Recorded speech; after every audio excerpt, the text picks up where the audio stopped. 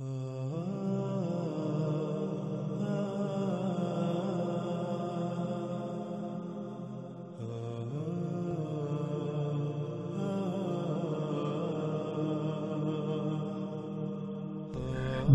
میں جب آپ داخل ہوں تو آپ حیران رہ جائیں گے کہ جہاز حقیقتاً نہ صرف ادیر ہے، یعنی ایک ایسی سرنگ ہے جو ہر طرف سے بند ہے، اور وہ سرنگ اندر سے ایک محل کا منظر پیش کرتی ہے،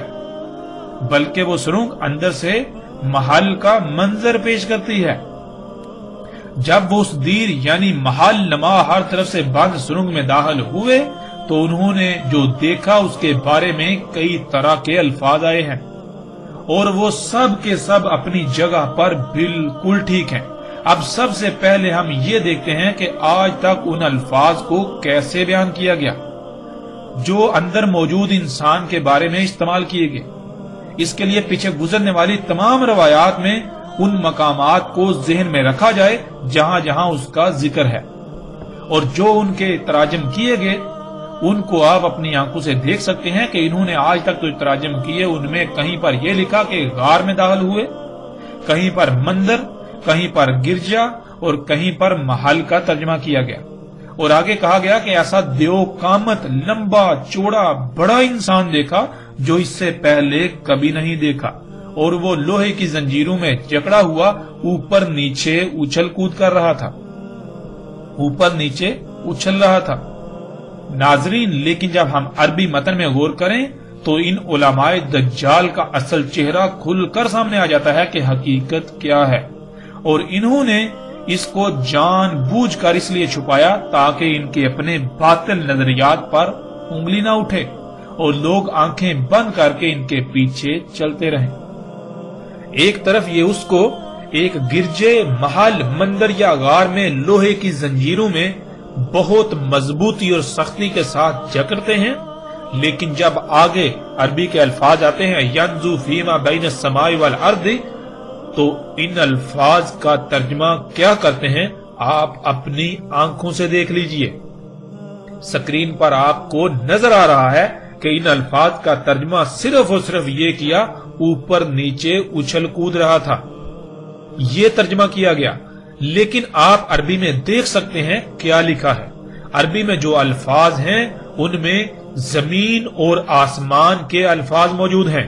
ہم عربی کے الفاظ کے ساتھ لفظ با لفظ ترجمہ آپ کے سامنے رکھتے ہیں، اس سے آپ ان علماء دجال کے دجل کا اندازہ لگا سکتے ہیں۔ عربی میں یہ ہے ینزو فیما بین السماء والارض، ینزو کر رہا تھا وہ درمیان زمین اور آسمان کے۔ اس میں ناظرین سب سے پہلے لفظ نزو سمجھ لیں، نزو عربی میں کس کو کہتے ہیں؟ ویسے تو اس کی تفصیل کے ساتھ وضاحت دابا کے موضوع پر آئے گی، لیکن یہاں ہم موثراً اس لفظ کے معنی بیان کرتے ہوئے آگے بڑھتے ہیں۔ ناظرین، عربی میں نزو کہتے ہیں کسی جانور کا جنسی حاجت پوری کرنے کے لیے مادہ جانور پر سوار ہونے کو۔ جیسے گدھا یا گھوڑا جنسی حاجت پوری کرتے ہیں تو وہ دوڑتے ہوئے آتے ہیں اور اچانک اپنی اگلی ٹانگیں اٹھا کر مادہ پر سوار ہو جاتے ہیں اور پھر واپس نیچے اتر آتے ہیں۔ اسی طرح کچھ جانور دوڑتے ہوئے نہیں آتے بلکہ وہ اپنی جگہ سے اچانک اگلا حصہ اٹھا کر مادہ پر سوار ہو جاتے ہیں اور اسی طرح واپس نیچے اترتے ہیں۔ وہ نزول کر رہا تھا زمین اور آسمان کے درمیان، یعنی یہ کہ وہ جیسے جانور جنسی حاجت پوری کرنے کے لیے، جیسے کوئی گدھا، گھوڑا، خچر یا کوئی اور جانور جنسی حاجت پورے کرنے کے لیے دوڑتا ہوا آتا ہے اور اچانک اپنی اگلی ٹانگیں اٹھا کر مادہ پر سوار ہو جاتا ہے، یا پھر اپنے ہی مقام سے اچانک اپنی اگلی ٹانگیں اٹھا کر مادہ پر سوار ہو جاتا ہے، بالکل وہ اسی طرح وہ دوڑتا ہوا آتا تھا، ایسے دوڑتا ہوا آتا تھا جیسے کہ کوئی شے پانی پر بہتی ہے، ایسے جیسے کوئی شے بہتی ہوئی آتی ہے، بہنے کے انداز میں انتہائی تیز رفتاری سے آتا تھا اور اچانک اپنی اگلی ٹانگیں اٹھا کر آسمان پر چڑھ جاتا تھا، پھر اسی طرح وہ نیچے زمین پر اتر آتا تھا۔ اب ناظرین، آپ اپنی آنکھوں سے دیکھ سکتے ہیں کہ تمیم داری رضی اللہ تعالیٰ عنہ نے اپنی آنکھوں سے کیا دیکھا تھا جس کا انہوں نے ذکر کیا۔ آج آپ اپنی آنکھوں سے دیکھ سکتے ہیں کہ جسے آج جہاز کہا جاتا ہے، لیکن محمد رسول اللہ صلی اللہ علیہ وآلہ وسلم نے اسے دابۃ الارض یا دجال کا ہیمار کہا۔ وہ بالکل اسی طرح آسمان اور زمین کے درمیان نزول کرتا ہے، یعنی دوڑتا ہوا آتا ہے اور اچانک اپنی اگلی ٹانگیں اٹھا کر آسمان پر چڑھ جاتا ہے اور اسی طرح واپس زمین پر اتر آتا ہے، اور جسے آج ہیلی کاپٹر کا نام دیا جاتا ہے، جسے رسول اللہ صلی اللہ علیہ وآلہ وسلم نے دابہ کہا، وہ اپنی ہی جگہ سے اچانک اوپر اٹھتا ہے اور آسمان پر چڑھ جاتا ہے اور اسی طرح واپس نیچے اتر آتا ہے، اور سکرین پر آپ تصاویر دیکھ سکتے ہیں۔ ناظرین، جن لوگوں نے یہ مناظر اپنی آنکھوں سے دیکھے ہیں انہیں تو تصاویر دیکھنے کی بھی ضرورت نہیں، اور نہ ہی انہیں اسے سمجھنے میں کوئی مشکل ہو سکتی ہے۔ اب ناظرین اس بات پر غور کریں کہ اگر یہ سب کچھ آج سے 14 صدیاں قبل کے لوگوں کو بتانا مقصود ہوتا تو ان کو کس طرح بتایا جاتا؟ آج یہ جو چیزیں ہیں، یہ جو اشیاء ہیں، یہ جو دجال ہے، اس کا تو وہ تصور بھی نہیں کر سکتے تھے، اور پھر لوگوں کے ظاہر بات ان میں اتنی ذہانت نہیں ہوتی کہ ہر ایک جو ہے صحیح اصل بات جو ہے حقیقت جو ہے اسے سمجھنے کی صلاحیت رکھتا ہو۔ جیسے آج آپ موجودہ لوگوں کی مثال بھی لے سکتے ہیں۔ تو ناظرین، اگر آج سے 14 صدیاں قبل آپ کسی کو ان حالات و واقعات، ان معاملات کے بارے میں بتاتے، ان اشیاء کے بارے میں بتاتے، تو آپ کیسے الفاظ استعمال کرتے؟ کیا عربی کے علاوہ دنیا کی کوئی اور زبان ایسی ہے جو اس کا احاطہ کرتی؟ اب ناظرین، ان علماء دجال کے تراجم کو دیکھیں اور آپ خود فیصلہ کریں کہ ان لوگوں نے علماء کے نام پر دجال ہونے کا ثبوت دیا یا نہیں۔ جب جانور جنسی ملاپ کرتے ہیں تو کیا آپ یہ کہیں گے کہ جانور اچھل کود کر رہے ہیں؟ اکثریت ان لوگوں کو یہی سمجھتے رہی کہ یہ علماء ہیں، لیکن حقیقت کیا نکلی؟ یہ علماء نہیں بلکہ جہالا ہیں، مگر انہوں نے علماء ہونے کا لبادہ اڑا ہوا ہے۔ اسی کو تو دجال کہتے ہیں کہ کوئی شے جو اس کی اصل حقیقت نہیں ہے مگر وہ نظر آئے، حقیقت کے برعکس وہ نظر آئے۔ یہ علماء نہیں ہیں، لیکن یہ پوری دنیا کی نظروں میں علماء بنے بیٹھے ہوئے ہیں۔ یہ جہالا علماء کے لبادے میں دجال ہیں۔ اسی طرح وہ تمام انسان جو کائنات کے لیے نقصان دہ تباہ کن اشیاء کو مفید ثابت کرتے ہیں اور مفید بنا کر پیش کرتے ہیں، وہ سب کے سب بھی دجال ہیں۔ ایسے دجال شروع سے آتے رہے اور ساتھ کے قیام تک آتے رہیں گے، لیکن دجال اکبر انسان کی خلق کردہ وہ مخلوقات یعنی ٹیکنالوجی ہے، انسان کی وہ ایجادات ہیں جن کے سبب پچھلی 6 قوموں پر عظیم تباہیاں مسلط ہوئیں اور وہ صفحہ ہستی سے مٹ گئیں، جس سے ایک بار ذوالقرنین علیہ السلام نے پوری دنیا کو پاک کیا اور جس سے آج زلزلے، سیلاب، طوفان، بیماریاں، تباہیاں، فساد بپا ہے، اور اسی کی وجہ سے 7 عظیم آخری ایسا زلزلہ بھی آئے گا جس سے زمین پر حیات کا خاتمہ ہو جائے گا۔ ناظرین، اب سوال یہ پیدا ہوتا ہے کہ ان لوگوں نے عربی متن میں واضح زمین اور آسمان کے الفاظ ہونے کے باوجود کیوں چھپائے؟ اس کا جواب یہ ہے کہ انہوں نے جب لفظ الدیر کا ترجمہ غار، گرجا یا مندر کر دیا اور پھر اس میں دجال کو ایک انسان بنا کر لوہے کی زنجیروں میں سختی سے جکڑ دیا، تو انہوں نے دیکھا کہ اب اگر یہاں اصل ترجمہ کیا جائے گا تو درجنوں ناقابل حل سوالات پیدا ہوں گے، لاجواب سوالات پیدا ہوں گے کہ جب ایک انسان غار میں لوہے کی زنجیروں میں بہت سختی سے جکڑا ہوا ہے تو پھر وہ دوڑتا ہوا اچانک اپنی اگلی ٹانگیں اٹھا کر، اپنا اگلا حصہ اٹھا کر آسمان پر کیسے چڑھ سکتا ہے؟ پھر وہ واپس نیچے زمین پر کیسے آ سکتا ہے؟ یعنی وہ زمین اور آسمان کے درمیان کیسے نزول کر سکتا ہے؟ اور اگر بالفرض یہ مان بھی لیا جائے تو سوال یہ پیدا ہوتا ہے کہ غار کی چھت کہاں گئی؟ وہ کتنا لمبا غار تھا؟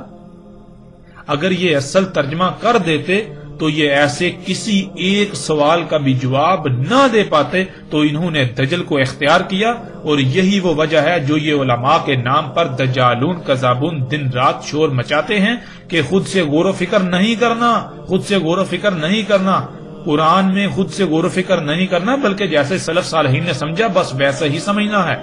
اور سلف کے نام پر لوگوں کو اندھوں کی طرح اپنے اور اپنے آباء و اجداد کے پیچھے چلاتے آئے ہیں، اور دن رات اسی پر زور لگا رہے ہیں کہ عقل سے نہیں بلکہ نقل سے کام لو، یعنی خود سے غور و فکر نہیں کرنا ورنہ گمراہ ہو جاؤ گے، بلکہ جو کچھ پہلو نے لکھا، ہمارے آباء و اجداد نے جو تراجم و تفاسیر لکھ دیے انہی پر اکتفا کرنا ہے، آنکھیں بند کر کے اسی پر اکتفا کرنا ہے، اس سے آگے نہیں بڑھنا۔ اب آتے ہیں ناظرین اس طرف کہ جو اندر انسان دیکھا اس کے مختلف حلیے بیان کیے، جیسا کہ روایات کے عکس میں آپ سکرین پر دیکھ سکتے ہیں۔ اب ناظرین سب سے پہلی بات تو یہ ہے کہ جب لفظ انسان آیا ان روایات میں تو انہوں نے اس سے مراد فرد واحد لے لیا، حالانکہ یہ بہت بڑا دھوکہ ہے۔ اگر انسان کے معنی ایک فرد واحد کے ہیں تو پھر آپ قرآن کی ان آیات کو دیکھیں، اللہ سبحانہ وتعالی قرآن میں کیا کہتے ہیں۔ سورہ نساء کی آیت نمبر 28، اور خلق کیا انسان کو ضعیف۔ سورہ ابراہیم کی آیت نمبر 34، اس میں کچھ شک نہیں انسان ہے ہی کمی کرنے والا، اور جو نعمتیں اسے دی گئیں انہیں جس مقصد کے لیے دیا گیا ان کے برعکس اپنی خواہشات کے مطابق استعمال کرنے والا۔ سورہ الحجر کی آیت نمبر 26،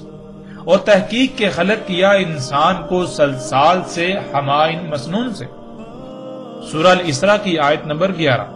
اور تھا انسان اجرت پسند یعنی کہ جلد باز بے صبرہ۔ پھر سورہ الاسراء کی آیت نمبر 53 میں ہے، اس میں کچھ شک نہیں شیطان تھا انسان کے لیے جو بھی اس کے آس پاس ہر طرف کھلم کھلا موجود ہے دشمن۔ سورہ رحمان کی آیت نمبر 3، خلق کیا انسان۔ سورہ العصر کی آیت نمبر 2، اس میں کچھ شک نہیں انسان ہے ہی خسارے میں۔ اب ناظرین سوال یہ ہے، اور یہ سوال آپ سے بھی ہے اور ان علماء دجال سے بھی ہے، کہ قرآن کے ان تمام مقامات پر لفظ انسان کے فرد واحد کے معنی ثابت کر کے دکھائیں۔ انسان کو سمجھنے کے لیے سب سے پہلے اس لفظ کو سمجھ لیں، قرآن میں اللہ سبحانہ وتعالی نے کسی بھی نبی کو انسان نہیں کہا اور نہ ہی کسی رسول کو انسان کہا، اور قرآن میں اللہ سبحانہ وتعالی نے کہا کہ انسان خسارے میں ہے۔ آخر ایسا کیوں؟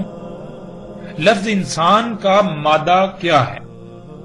لفظ انسان کا مادہ ہے نون سین، جس کے معنی ایسے بھول جانے کے ہیں گویا کہ شے کا وجود ہی نہ ہو، اور انسان کہتے ہیں جس کو اس کی حقیقت، اس کا ماضی ایسے بلا دیا گیا جیسے گویا کہ اس کا وجود ہی نہیں۔ مثلا اگر آپ سے پوچھا جائے کہ آپ نے پیدا ہونے سے لے کر 2 سال کی عمر تک یا 3 سال کی عمر تک کیا کیا کیا، تو کیا آپ کو کچھ یاد ہے؟ کیا آپ اس سوال کا جواب دے سکتے ہیں؟ یقیناً نہیں۔ آپ اس وقت کو ایسے بھول چکے جیسے کہ زندگی میں ایسا وقت آیا ہی نہیں، لیکن آپ اس کو جھٹلا نہیں سکتے۔ اس کی وجہ یہ ہے کہ آپ کی آنکھوں کے سامنے بچہ پیدا ہوتا ہے اور اسی طرح پل بڑھ کر بڑا ہوتا ہے، جس سے آپ کو یقین ہے کہ آپ پر بھی ایسا وقت آیا، لیکن آپ بھول چکے ہیں۔ ناظرین بالکل اسی طرح آپ کی حقیقت کیا ہے؟ آپ اس بشری جسم کے ساتھ وجود میں آنے سے پہلے کیا تھے؟ آپ کا اول کیا ہے؟ آپ کا آخر کیا ہے؟ آپ کا ظاہر کیا ہے؟ آپ کا باطن کیا ہے؟ یہ سب بلا دیا گیا، اس وجہ سے انسان کہا جاتا ہے۔ اور قرآن میں اللہ سبحانہ و تعالی نے اسی بلائے ہوئے کو یاد کرنے کے لیے ہی بار بار غور و فکر کرنے کا حکم دیا۔ قرآن میں اللہ سبحانہ وتعالی نے بہت سے مقامات پر ذکر کرنے کا حکم دیا، مگر انہی علماء دجال نے ذکر کا مطلب ورد، وظیفے اور رٹے بنا دیا۔ حالانکہ عربی میں ذکر کہتے ہیں کسی بھولی ہوئی بات یا شے کو یاد کرنا، اور بھولی ہوئی بات کو یاد کرنے کے لیے دل و دماغ پر بوجھ ڈالنا پڑتا ہے، غور و فکر کرنا پڑتا ہے۔ جو لوگ غور و فکر کرتے ہیں وہ ذکر کر لیتے ہیں، یا ان کو جو کچھ بلا دیا گیا وہ یاد آ جاتا ہے، یوں وہ اس پر عمل کر کے انسان نہیں رہتے اور فلاح پانے والوں میں شامل ہو جاتے ہیں، اور جو غور و فکر نہیں کرتے ان کو ذکر یعنی کچھ بھی یاد نہیں ہوتا، اور وہ انسان کے انسان یعنی بھولے ہوئے ہی رہ جاتے ہیں اور خسارے والوں میں سے ہو جاتے ہیں۔ ناظرین جب ایک انسان غور و فکر کرتا ہے تو جو اسے بلا دیا گیا تھا اسے یاد آ جاتا ہے، اور وہ ایک وقت آتا ہے جب اپنی حقیقت کو پا لیتا ہے۔ یوں جب اس پر اپنی حقیقت واضح ہو جاتی ہے تو یہ دنیا کی زندگی اس کے لیے جہنم کی آگ سے بھی سخت ہو جاتی ہے، اور اس زندگی کی کوئی وقت و اہمیت اس کے نزدیک نہیں رہتی۔ اسے علم ہو جاتا ہے کہ یہ جو بشری وجود، یہ جو بشری جسم اس کے پاس ہے، یہ اس کی حقیقت نہیں ہے، یہ تو ایک آزمائشی ٹول بطور امانت دیا گیا، تاکہ یہ خود ہی جان لے کہ آیا اس نے امانت کا حق ادا کیا یا اس میں خیانت کی، اور اس پر حقیقت واضح ہو جائے۔ اس وجہ سے اللہ سبحانہ وتعالی نے اپنے کسی نبی یا رسول کو انسان نہیں کہا بلکہ اس کے برعکس بشر کہا۔ ناظرین، اس کے برعکس جو لوگ غور و فکر نہیں کرتے، جس سے ذکر نہیں ہوتا، یعنی جو انہیں بلا دیا گیا، ان کی حقیقت اس کو نہیں پا لیتے، تو ایسے اسی بشری مادی جسم کو ہی اپنی حقیقت تصور کر کے دنیاوی مال و متاع کے لالچ میں دن بدن آگے بڑھتے چلے جاتے ہیں۔ پہلے تو وہ ایک عام انسان تھے، لیکن ایسا کرنے سے انسان کو جو کچھ تھوڑا بہت اپنی حقیقت کا علم ہوتا ہے وہ بھی بھول جاتا ہے، اور دنیا کی زندگی کے لیے ہی کوشش کرتا ہے۔ ایسا انسان عظیم انسان کہلاتا ہے۔ آج پوری دنیا میں اکثریت ایسے انسانوں کی ہے جو کہ اعظم و انسان ہیں۔ لفظ اعظم بنا ہے عظامہ سے، اور عظامہ کہتے ہیں ہڈی کو۔ ہڈی جسم میں پائی جاتی ہے، ہڈی میں سختی، مضبوطی اور قوت پائی جاتی ہے۔ اگر جسم سے ہڈی نکال دی جائے تو باقی جسم کی کوئی اہمیت و حیثیت نہیں رہتی۔ بالکل اسی طرح ناظرین، اعظم و انسان، سب سے پہلی بات یہ کہ ایسے بھولے ہوئے کہ اگر ان بھولے ہوئے کو نکال دیا جائے تو پیچھے جتنے بھی انسان ہیں ان کی کوئی اہمیت و حیثیت نہیں رہے گی، یعنی کہ پیچھے جو بھولے ہوئے ہوں گے ان بھولے ہوئے کی کوئی اہمیت و حیثیت نہیں رہے گی۔ ان کی اہمیت و حیثیت بالکل ایسے ہو جائے گی جیسے جسم سے ہڈی نکال لی جائے تو جسم کی اہمیت و حیثیت رہ جاتی ہے۔ پھر اسی طرح اعظم انسان یعنی ایسے انسان جو قوت میں، سختی میں، شدت میں اتنے بڑھ کر ہیں کہ اگر ان کو نکال دیا جائے تو ان سے پیچھے جو انسان گزرے ہیں ابھی اس امت میں یا اس قوم میں، ان کی اہمیت و حیثیت بالکل ایسے رہ جائے گی جیسے کہ جسم سے ہڈی نکال لینے سے جسم کی اہمیت و حیثیت رہ جاتی ہے۔ ناظرین، ایسے اعظم و انسان یعنی جو سب سے بڑے بھولے ہوئے ہوتے ہیں، جن کو علم ہی نہیں ہوتا کہ ان کی حقیقت کیا ہے، وہ دنیا میں کیوں اور کس مقصد کے لیے بھیجے گئے، تو وہ شیاطین کے اولیاء یعنی شیاطین کے مشن میں ان کے معاونت کار بن جاتے ہیں۔ شیاطین جنات کے والد ابلیس نے کہا تھا کہ جو زمین میں ہے ان کے لیے مزین کر دے گا۔ یہ شیاطین جنات کا مشن ہے کہ جو زمین میں ہے اس کو مزین کر دینا۔ تو ایسے اعظم و انسان پھر وہی اعمال کرتے ہیں جن سے شیاطین کے مشن کی تکمیل ہوتی ہے، یعنی وہ جو زمین میں اللہ نے رکھا اسے نکال کر مزین کرتے ہیں، اسی کے پیچھے بھاگتے ہیں، اور اسی کو حاصل کرنا ہی ان کی دنیا میں موجودگی کا مقصد بن جاتا ہے۔ اور اس کے برعکس انبیاء نے کہا اور خود محمد رسول اللہ صلی اللہ علیہ وآلہ وسلم نے کہا کہ میں زمین کے خزانوں کی چابیاں دے کر بھیجا گیا ہوں، اور اگر آپ کسی کو اپنے خزانوں کی، خفیہ چھپے ہوئے خزانوں کی چابیاں دیتے ہیں تو کیوں دیں گے؟ ظاہر ہے حفاظت کے لیے۔ انبیاء زمین کے خزانوں کی حفاظت کے لیے بھیجے گئے، اور شیاطین کا مشن کیا ہے؟ قرآن میں بالکل واضح ہے، شیاطین کا مشن ہے زمین کے خزانوں کو نکال کر مزین کرنا، تاکہ شیطان کا دعویٰ سچا ثابت ہو سکے جس کے لیے وہ انسانوں کے محتاج ہیں۔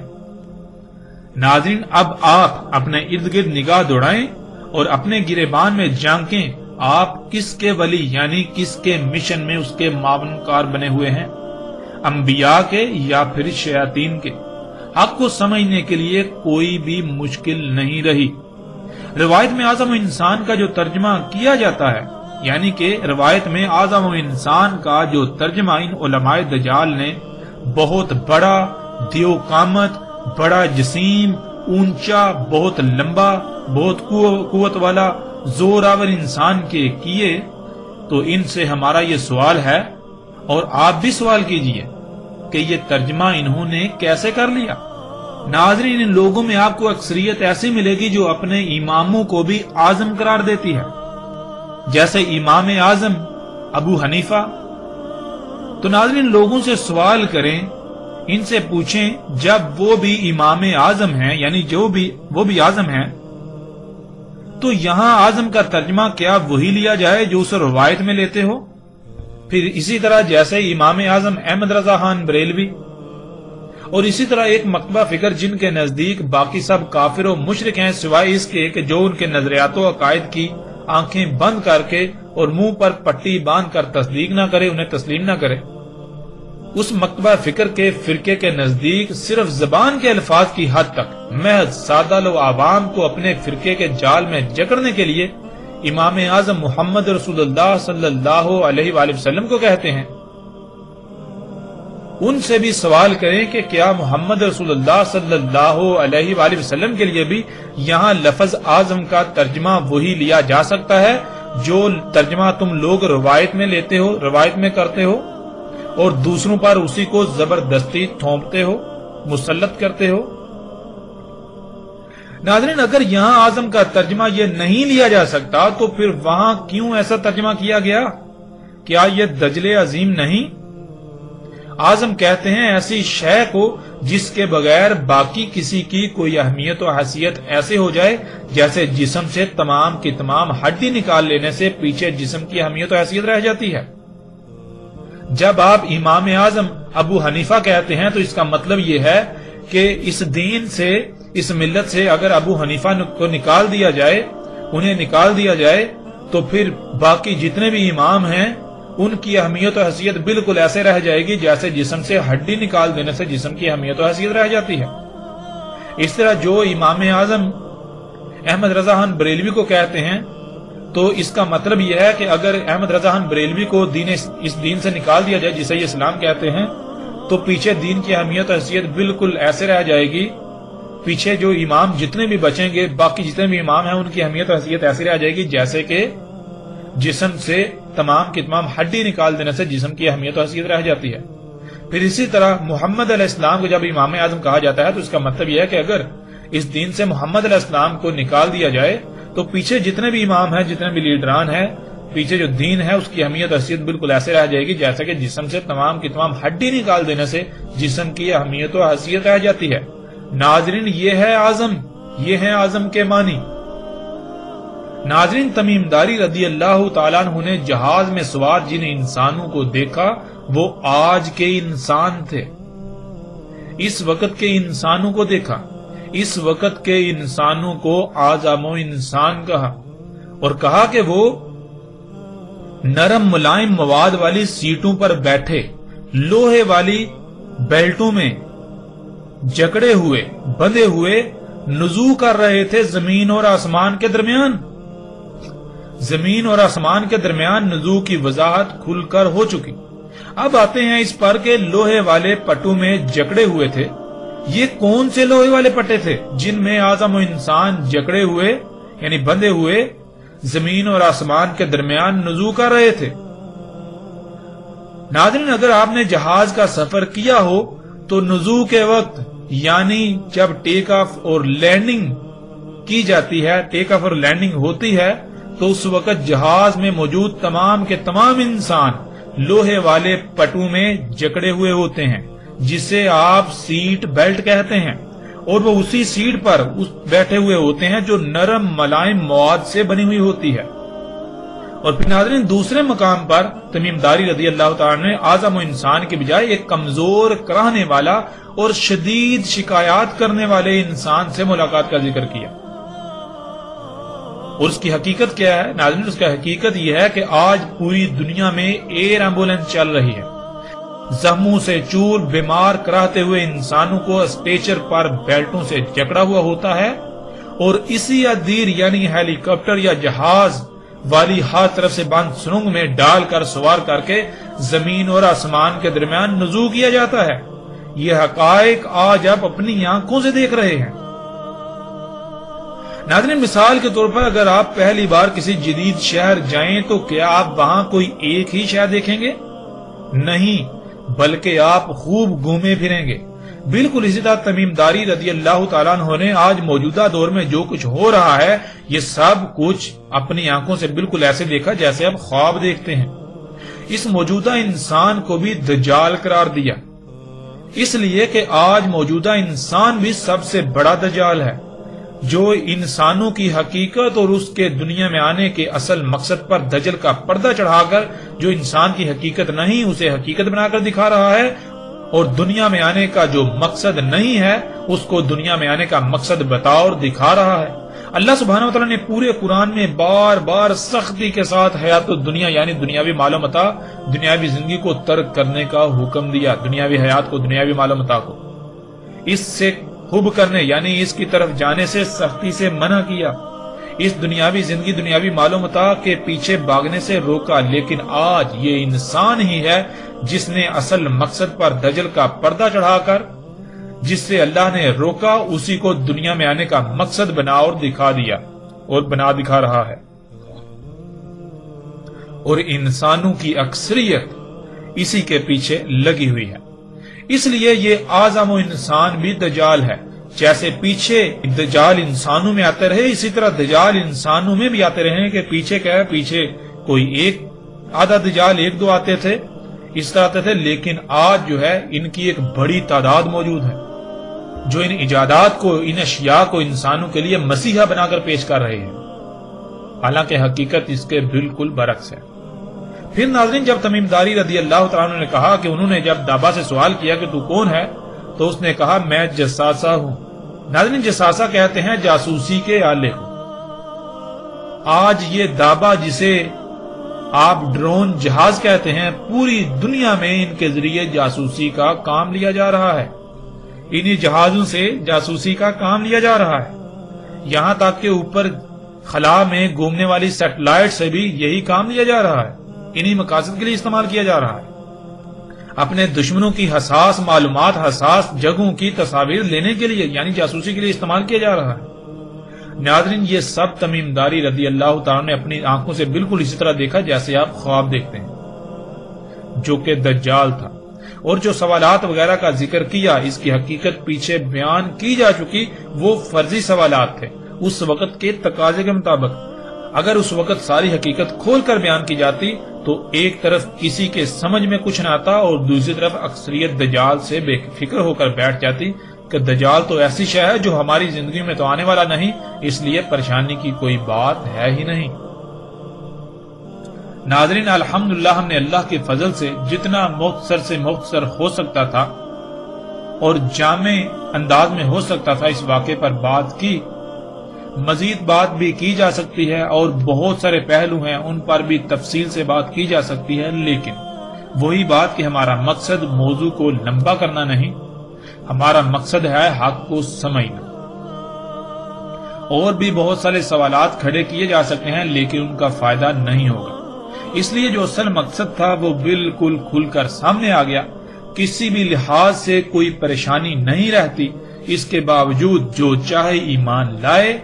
جو چاہے سلف کے نام پر اپنے آباء و اجداد کے پیچھے چلتا رہے، ہمارے ذمے تو صرف اور صرف کھول کھول کر پہنچا دینا تھا، جو الحمدللہ ہم اپنی ذمہ داری اب تک پوری کر چکے۔ الحمدللہ رب العالمین۔